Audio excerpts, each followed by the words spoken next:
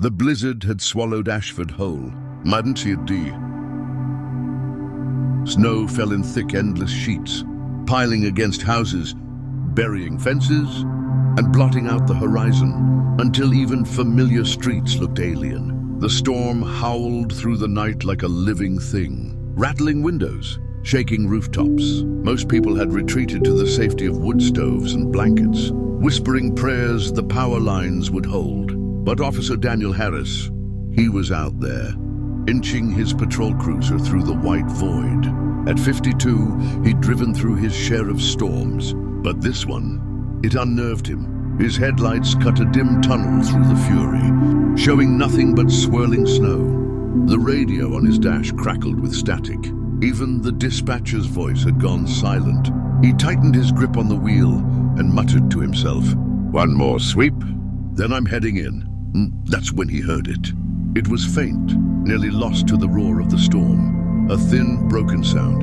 At first, he thought it was the wind catching somewhere in the trees. But then, it came again. A whimper. A cry. So soft. It seemed impossible he'd caught it at all. He slowed, pulled the cruiser to the shoulder, and cut the engine. For a long moment, only the storm pressed in. Then, yes, it was there again. A weak, pitiful sound carried on the wind. Harris's heart began to thud. Someone or something was out there. He grabbed his flashlight, pulled his collar high, and stepped into the blizzard. The cold hit like a hammer, slicing through his coat, turning his breath instantly to ice.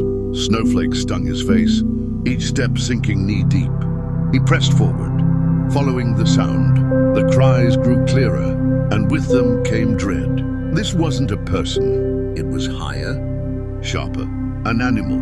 The beam of his flashlight swept across the white void until it caught a dark shape slumped against a tree. Harris's stomach lurched.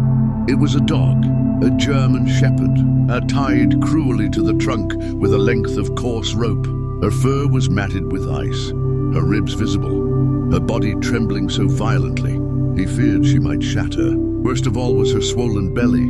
She was pregnant, and by the looks of her, not far from delivering. She lifted her head as he approached, amber eyes dull with exhaustion, but still clinging to a fragile spark of hope. Her ears twitched at his voice when he dropped to his knees. "Easy, girl," Harris murmured, fumbling with frozen fingers at the knot. "Easy now. You're not alone anymore." The rope came loose at last. She staggered, almost collapsing into him, her legs too weak to carry her weight. Without hesitation, he pulled off his coat and wrapped it around her frail body. She pressed against him, trembling, too tired even to resist. The trek back to the cruiser felt endless. Snow clawed at his face, his boots slipped on hidden ice, and the dog grew heavier in his arms with every step. But he kept whispering to her, voice steady despite his racing heart. "Stay with me, girl. We'll get through this, I promise." When he finally pushed her into the passenger seat and blasted the heater, she curled tightly, letting out a faint groan. He glanced at her belly, his chest tightened. She was close, too close. If she gave birth out here, in this condition, he started the engine. The nearest veterinary clinic was 20 miles away. 20 miles of treacherous, snow-choked roads. He didn't think twice. He shifted into gear and pulled back onto the road. The drive was a nightmare. Snow blinded him. I sent the cruiser fishtailing, and twice he had to stop, shovel in hand, to dig himself out of drifts. Each time he climbed back inside, he checked on the dog. She would lift her eyes weakly, as though holding on only because he hadn't given up. "Not much longer," he told her, though the clinic felt a lifetime away. "You hang on for me." By the time he finally saw the dim glow of the veterinary clinic's sign, through the storm, his hands were trembling from more than just cold.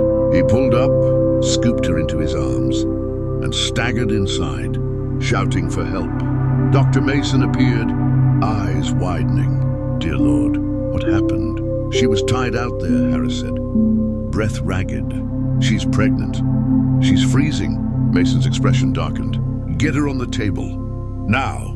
The next hours blurred into chaos. Harris stood by as Mason worked, his voice clipped with urgency. "Severe hypothermia, malnourished. She's on the brink, and she's going into labor.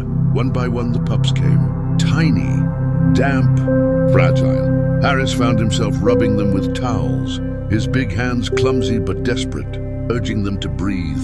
Some wailed faintly, others lay frighteningly still. The mother, Grace, Harris named her silently, licked them weakly. Though her strength was nearly gone, 5 survived. Against the odds, they nestled close to her belly. Whimpering softly, Harris felt a strange ache in his chest watching them, a mixture of relief and awe. But then one stopped moving, the smallest, its chest stilled. Mason shook his head. Sometimes they don't. No, Harris cut in, scooping the pup into his hands. Not this one. He rubbed its chest, breathed tiny puffs of air. Minutes dragged like hours, his jaw clenched, eyes burning. Come on, don't you give up on me. Then a twitch, a gasp, the faintest squeak. The pup coughed, shivering back to life. Grace stirred, her tired eyes softening as she nuzzled the tiny body. Harris swallowed hard, his throat tight. He had seen death too often in his career. But tonight, for once, life had won. The storm raged until dawn. But inside the clinic, warmth blossomed. Grace and her pup slept, their small bodies rising and falling in rhythm. Harris sat beside them, exhaustion heavy, but for the first time in years, a smile tugged at his lips. Word spread quickly. By the time the roads cleared, the town of Ashford was buzzing with the story of the officer who braved a blizzard to save a pregnant dog. Neighbors brought blankets, food, even handmade beds. Families lined up, eager to give the puppies homes when they were ready. One by one, the pups found loving families. A retired couple took 2, saying they'd never had children, but these pups filled the gap. A young family with 3 kids took another, the children squealing with delight. Each adoption was another thread of kindness, woven from one night's desperate rescue. But Grace never left Harris. He told himself it was temporary, that she'd stay until she was stronger. Yet each morning, when she padded beside him through the snow, and each evening when she curled by his chair, he knew the truth. She was his. For a man who had lived in silence since his wife's passing, her presence filled the emptiness. She followed him from room to room, ears pricking at his voice, tail thumping softly whenever he returned from duty. At night, when the wind howled outside, her steady breathing at his feet reminded him he was no longer alone. Weeks later, on a quiet evening, Harris sat by the fire with Grace dozing beside him. He thought back to that night, the faint cry in the storm, the struggle through the snow, the moment her eyes met his. He realized then that saving her had saved him too. The blizzard had come to bury, to smother, but in its heart, it had given him something else entirely. Loyalty, companionship, and a reason to hope again. Because sometimes, the faintest cry in the darkest storm is the one that changes everything.